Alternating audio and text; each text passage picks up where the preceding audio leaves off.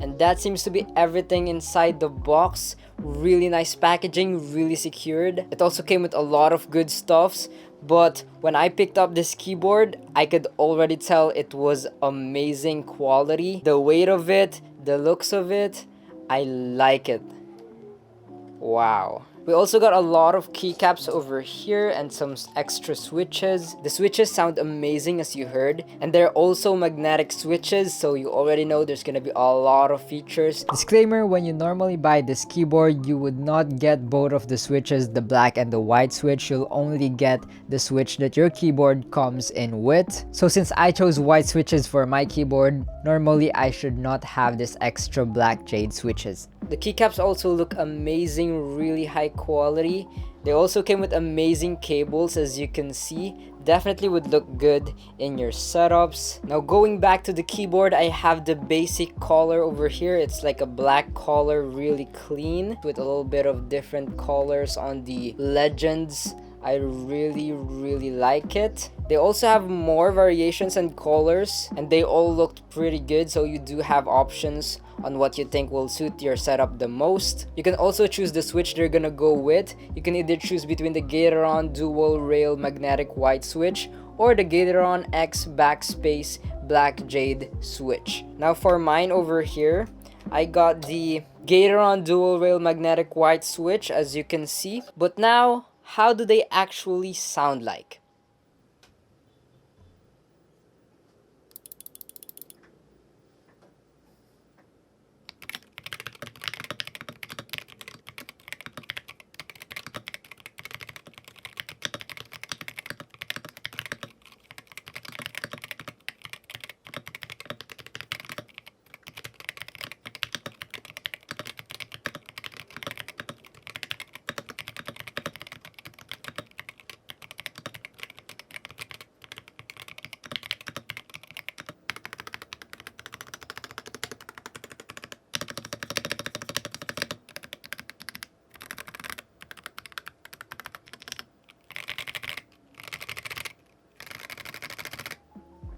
Now that sounded amazing. You can definitely tell that they put in a lot of effort in order to make this keyboard sound that good. The cover is made out of aluminum. It also has some aluminum alloy plate inside, some latex foam, aluminum mid frame with a PCB that has silicone pillars on its side, PET film, aluminum lower cover, stainless steel counterweight block. The stand is also made out of aluminum and the back plate as well, so it definitely will sound good, and it's very durable. So other than being durable and sounding amazing, it also performs really well with adjustable actuations with the magnetic switches, of course. It also has rapid trigger, 8000 Hz polling rate. They also claim that it has 0 dead zone, so each keystroke and press will be very accurate and error free. Really nice. But how do they actually feel like in game? Let's go ahead and test it out.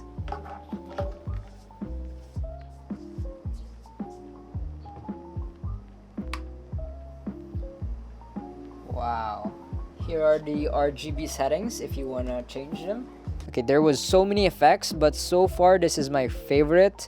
But let's go ahead and explore more because there is just so much more effects. I think I got a new favorite. It's like a little cross. Whenever you press the key, it like lights up the whole cross. Amazing. But of course, it has a software, so you can customize all of the amazing features, rapid trigger and adjustable actuation point. Let's go ahead and install it. You can also go ahead and just scan it over here, or you can just also go to their website. I'll put it first link in the description.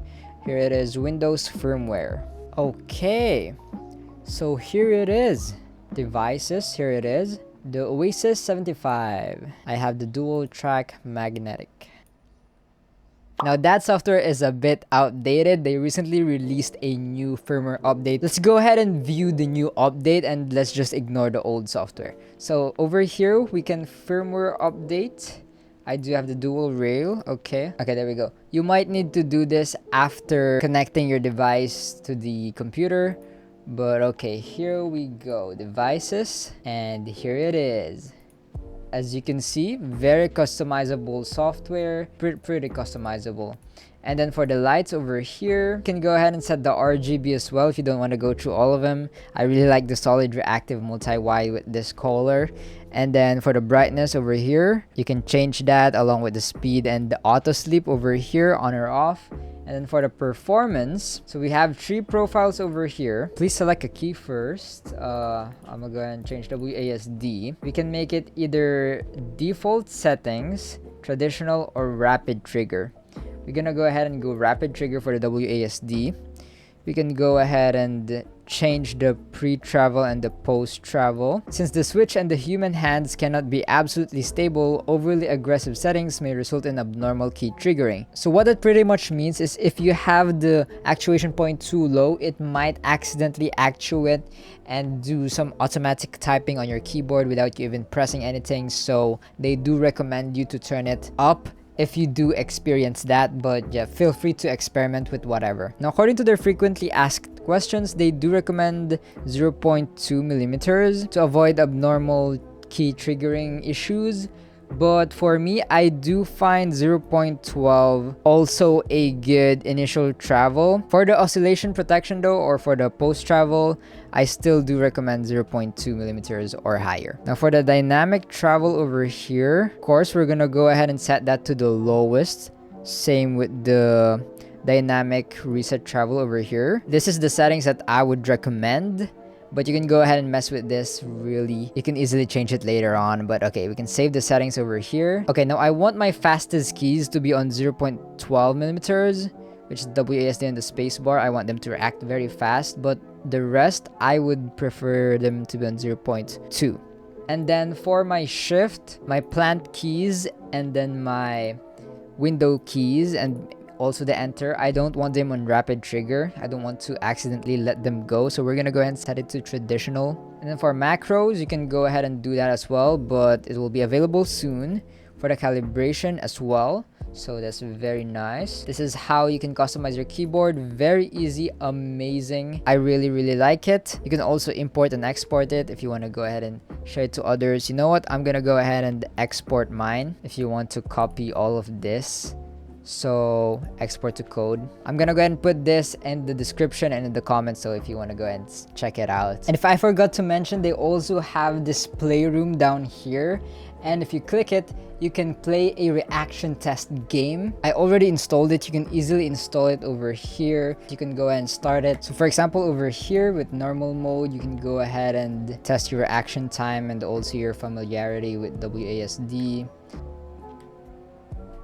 So after you do the test, you'll be able to see the stats, the results you have over here. And you can also use this game to find out which settings you perform at best with your keyboard settings. So yeah, very simple and effective game over here. But yeah, this is gonna be my settings. Let's go ahead and proceed to the gameplay and see how the keyboard performs.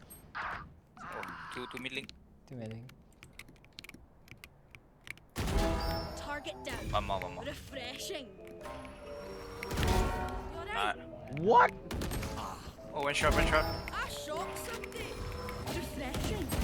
Oi! Hear me! Oh my god! One minute. That's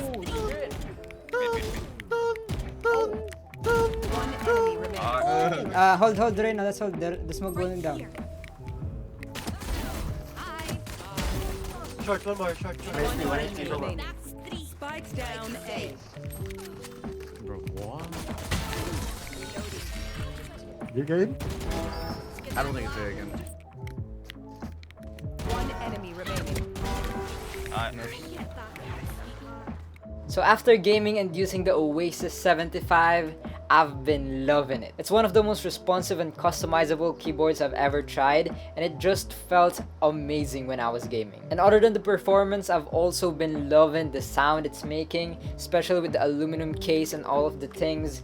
It's just one of the best sounding magnetic keyboards I've ever heard and tried. It's really amazing, especially it's pre-built, you don't need to mod anything. It comes in like this. The 8000 Hz felt really nice, and the RGB as well, really customizable, and the actuation points on the software, so I really love that. And yeah, it definitely didn't hold me back when I was gaming. It felt really amazing. Now I can already see the questions coming. is it better than the WOOTING 60HE? Now performance wise, if you look at the numbers, the Oasis 75 over here has 8000 Hz. It also can go as low as 0.04 millimeters. It also has 0 dead zone. So yeah, looking at the numbers, the Oasis 75 over here is definitely faster. But how about the feeling though? Now from my personal experience, the Oasis 75 did feel a bit more responsive. I don't know if it's the 8000 Hz or the no dead zone and the really small actuation point distance. But yeah, from my personal experience, the Oasis 75 did feel a bit more responsive and faster. Now sound wise, the Oasis 75 definitely sounds way better and more premium to me compared to the plastic case over here and the WOOTING 60HE. But yeah, definitely sounds way better and more premium, especially with the aluminum casing and stuff. And by the way, if you're planning to buy anything from Backspace, be sure to use my link in the description. It will help and support the channel a lot. And you can also use my discount code MIGSOASIS75 for all of the 75 series keyboards except the basic magnetic white switch. A little disclaimer, this is sent to me by Backspace, but that won't change my review of this keyboard. Everything you've been hearing so far is my true opinions and my real review. They didn't tell me to say anything, so yeah. Gaming with it has felt really nice. And for typing, just in case you're gonna use this probably for typing as well, because I do, you can easily switch profiles over here with just one switch, and as you saw from the software that I was showing earlier, you can set a different profile. And yeah, look wise, I also think that this keyboard looks really amazing on my setup. It's very simple and amazing. But yeah, again, you do have a lot of options and colors when buying this keyboard. Anyways, that'll be it for my review of the Oasis 75 over here. I hope this video helped you in some way. I will be putting this keyboard first link in the description. And yeah, don't forget to stay grateful, guys. Remember that Jesus loves you. Bye bye.